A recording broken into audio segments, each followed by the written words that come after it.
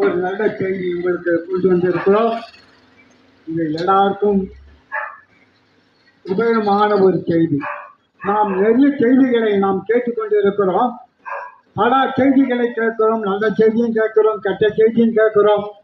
ஆனால் காதில் வாங்கி மறு காதில் விட்டு விடுகிறோம். நல்ல செய்தியும் விட்டு விடுகிறோம்.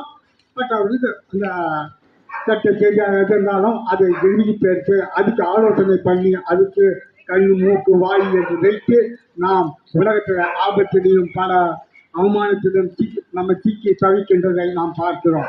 இந்த உலகத்தில் நாம் யாரும் ஒரு நல்ல செய்தி கேட்க வேண்டும் என்றால் அசட்டையாய் போகலாம். ஆனால் அந்த செய்தி உன்னை காக்கும்.